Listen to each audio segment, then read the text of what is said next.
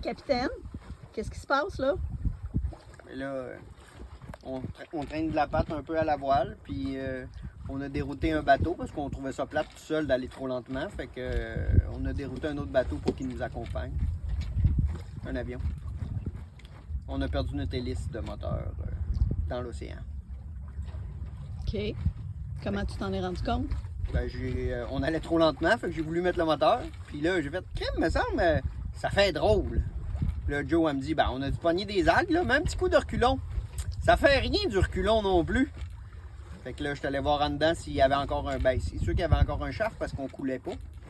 Mais je suis allé voir en dedans si on avait. Le shaft tournait.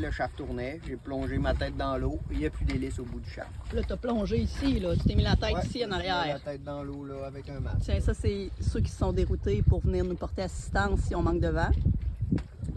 Ouais. Là, c'est quoi le plan? On s'en va où de même, là? On est va en en océan, Nassau. là, mais. On va à Nassau. On arrive à 5h15. Plus ça va, plus qu'on arrive tard. C'est pas là qu'il y a des paquebots pis tout, à Nassau? Oui, c'est là qu'il y a des paquebots pis tout. C'est quoi le plan? Ben là, le plan, on a deux amis qui sont déjà rendus, qui sont arrivés là-bas hier. Fait que là, ils vont venir avec leur dinghy à l'extérieur du port de Nassau. Puis ils vont s'attacher après nous, puis on va rentrer remorqués par deux dinghies. Bon, ben, à suivre. Ouais.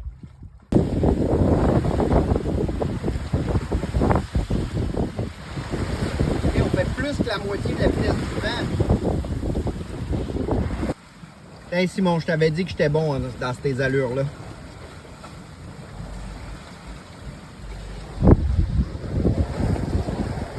On voit pas bien là, mais il y a un pied et demi, 2 pieds là. Là ben, voilà.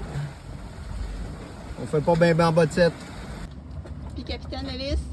Puis l'hélice, ça fait une semaine du moins qu'on n'a pas parlé là. Mm-hmm. Elle est supposée arriver aujourd'hui. On n'en a toujours pas. La dernière nouvelle que je vous ai donnée, on était à voile. Ça s'est pas terminé à voile. On a manqué de vent. Nous, quand on navigue à voile, on n'a pas de petit rack en arrière pour lever le Zodiac. Fait que on est obligé de le mettre à l'envers, le moteur enlevé, sur le pont en avant. Fait que là, moi puis Joe, on a mis ça à l'eau, en plein milieu, à 10 000 nautiques de la côte de Nassau. Puis on a installé le moteur, il n'y avait pas trop de vagues, ça se faisait quand même assez bien, hein? C'était correct. On a déjà vu pire. On avait déjà vu pire au lac Champlain, fait que c'était quand même bien. Fait que c'est ça, on a remis le dinghy à l'eau, on a mis le moteur, on attachait ça sur le côté du bateau, on a fait 10 000 nautiques là, avec le dinghy accroché après le bateau.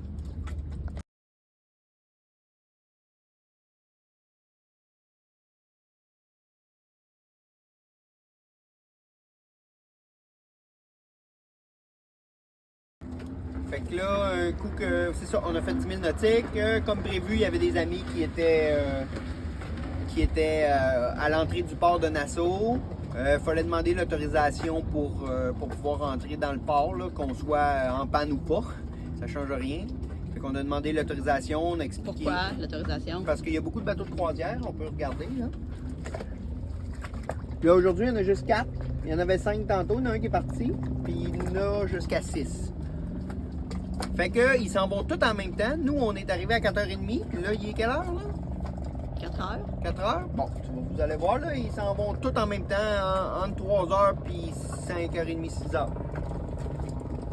Puis, il y a beaucoup de distractions aujourd'hui. Ça paraît qu'on est samedi. Ouais, mais on n'est pas samedi tous les jours. Ouais, non, mais c'est samedi pour les autres aujourd'hui. Puis, c'est ça. Fait que là, on a demandé l'autorisation. Puis, on a expliqué notre situation, qu'on n'était pas beaucoup manœuvrant parce qu'on avait notre moteur en panne. C'était plus facile d'expliquer ça que de dire qu'on avait perdu l'hélice. Bref. Quand on a passé, il y a un bateau de croisière qui a attendu qu'on passe pour larguer les amarres pour s'en aller du quai, ce qui est excessivement rare que la marine commerciale laisse la place à des bateaux de plaisance. Pourquoi ils ont attendu? Pourquoi ils savaient ça? Ben, parce que tu l'as dit aux autorités portuaires et aussi tu as fait des messages de sécurité, là, je pense 3000, 1000 avant d'arriver puis en rentrant dans le port. Donc tout le monde était au courant que ça allait pas bien. Puis c'est ça qu'il faut. Faut que le monde soit au courant pour éviter qu'il arrive des problèmes et tout. On a croisé un paquebot, un cargo, on leur a demandé leur intention, ils nous ont dit que tout était correct, qu'on n'était pas dans leur chemin, bref, avant d'arriver à Nassau. Quand on est arrivé à Nassau, il y a un bateau de croisière qui a attendu qu'on passe pour larguer les amarres. Puis après ça, on s'est dirigé dans une marina parce que ça c'était le vendredi. Mercredi. Le mercredi, oh boy, il fait donc bien longtemps qu'on décide. C'est pour ça que je suis tanné. Fait que là, c'est ça, le mercredi, puis le vendredi, samedi, là, il annonçait du 30-35 nœuds de vent, là, fait qu'on préférait ne pas rester à l'ancre là, pour cette météo-là. Fait qu'on est allé à la marina. Pourquoi pas à l'ancre? Ben, parce qu'on n'a pas de moteur, on peut pas se déplacer. Fait que si jamais l'ancre à lâche durant la nuit ou peu importe, durant le jour ou peu importe le camp, là, si l'ancre à lâche, ben, on est obligé d'utiliser le dinghy pour se déplacer. Puis dans le gros vent, c'est pas la meilleure des idées. Fait que on est allé à la marina, ça coûtait 77 US par jour, je crois, à part l'électricité. On est resté là 5 jours. Faites le calcul assez vite, ça a coûté 600-700$ canadiens. Fait que on est reparti de là, on s'est emmené à l'ancre parce que là, il annonçait plus beaucoup de vent. Puis là, on est à l'ancre depuis ce temps-là. Ça a été très difficile de trouver une hélice.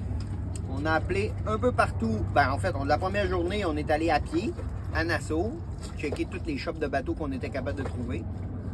On n'a rien trouvé. On a parlé avec des gens, dont une place que Joe peut-être pourra mettre des photos, là, l'espèce de cour à scrap de bateau, là.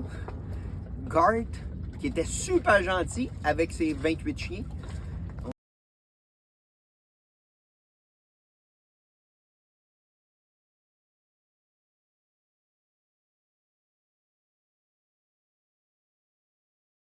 Vous avez vu les chiens. On était beaucoup moins certains des chiens.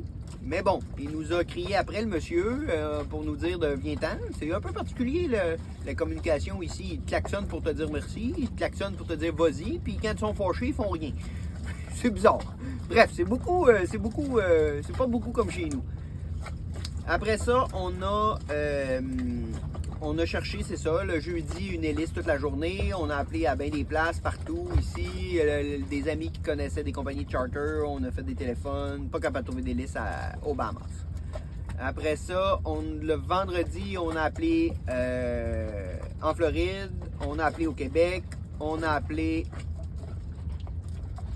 au Rhode Island. On a appelé... C'est quoi en Europe? Quel pays en Europe? Au Danemark. Au Danemark. En Martinique. En Martinique. En Aux France. Maritimes. Dans les Maritimes. En Nouvelle-Écosse.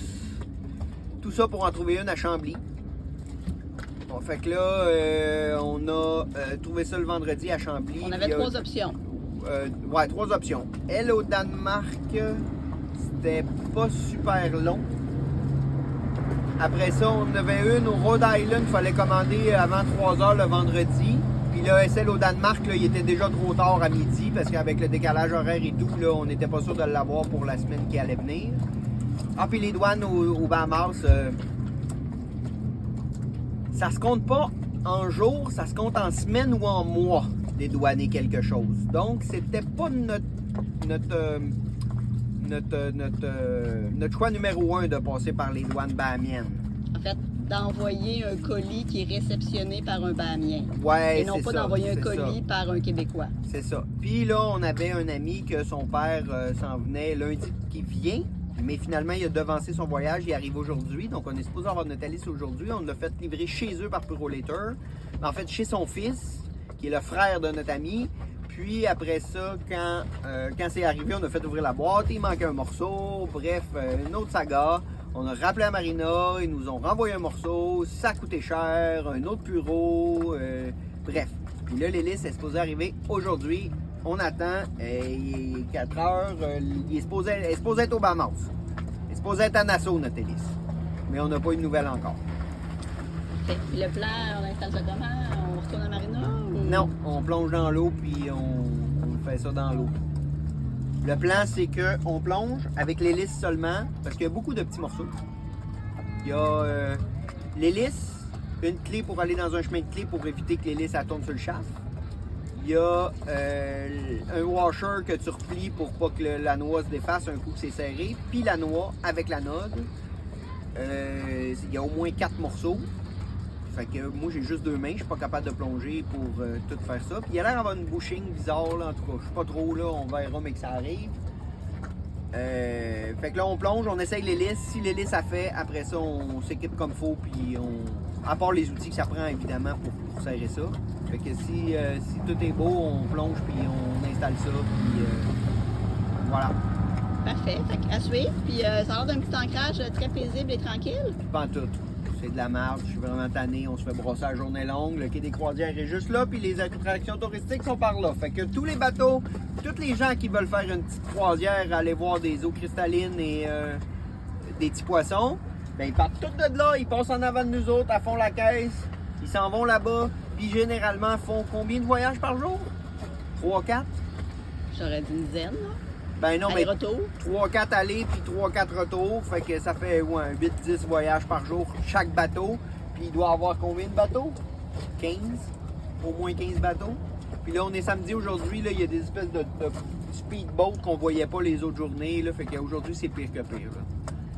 J'ai vraiment hâte de m'en aller. Fait que le plan, c'est qu'on installe ça.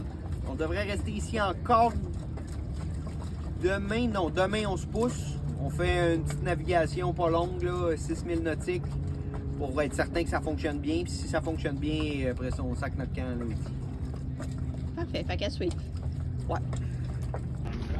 Onirique en approche. Pas d'hélice.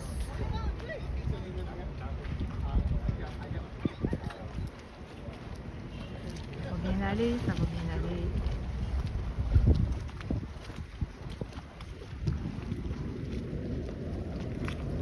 Faut qu'il rentre au quai ici, là.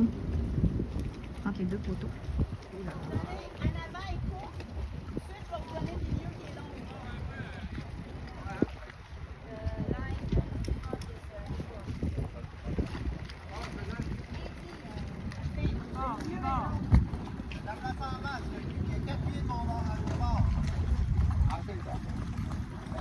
Ça s'en vient tout doux.